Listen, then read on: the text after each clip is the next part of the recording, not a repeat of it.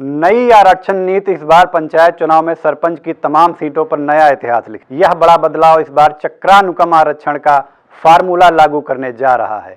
इस फार्मूले से सीतापुर जनपद की उन सीटों के प्रभावित होने के संकेत मिल रहे हैं जो आज तक कभी आरक्षित नहीं हुई हैं।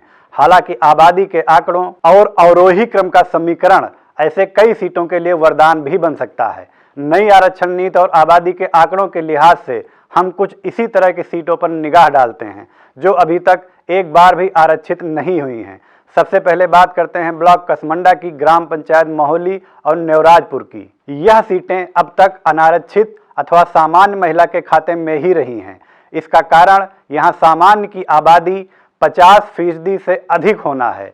इस बार नई आरक्षण नीति का प्रभाव इन सीटों पर पड़ने की पूरी संभावना दिखाई दे रही है। नया फार्मूला इन सीटों को आरक्षित होने के संकेत दे रहा है, जबकि आबादी के आंकड़े कसमंडा ब्लॉक की बेहड़ा बैकुंठपुर के लिए वरदान बन सकते हैं। यह सीटें पहले कभी आरक्षित नहीं रहीं और नए फार्मूले में भी प्रभावित होती नजर नहीं आ रही हैं। ब्लॉक सिधौली की गड़िया हसनपुर, ब्लॉक मछरेटा की फतेहपुर और ब्लॉक हरकाव की मोहरसा सीट के भी नई आरक्षण नीति में अब की पहली बार आरक्षित होने की प्रबल संभावनाएं दिखाई दे रही हैं। ब्लॉक मिश्री की पतौंजा और गुंदलामऊ ब्लॉक की कोदिकापुर पर आरक्षण के नए फार्मूले का असर इस बार भी पड़ता नजर नहीं आ रहा है। यह सीटें इससे पहले भी कभी आरक्षित नहीं हुई हैं या कुछ सीटें तो महज एक बानगी हैं।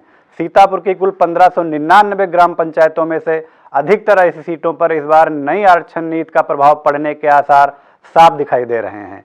जो सीटें अब तक एक बार भी आरक्षित नहीं हुई हैं, हर किसी को आरक्षण सूची का बेसब्री से इंतजार है। सरकारी अमला आरक्षण का प्रस्ताव तैयार करने में जुटा हुआ है। 2 से 3 मार्च तक जिले पर आरक्षण सूची का प्रकाशन किए जाने की तारीख तय है। फिर आपत्तियां मांगी जाएंगी। 10 से 12 मार्च तक आपत्तियों का निस्तारण करते हुए 13 से 14 मार्च तक आरक्षण सूची का फाइनल प्रकाशन कर दिए जाने का कार्यक्रम शासन स्तर से जारी किया जा चुका है। खबर आपकी, नजर हमारी। देखते रहिए आई इंडिया।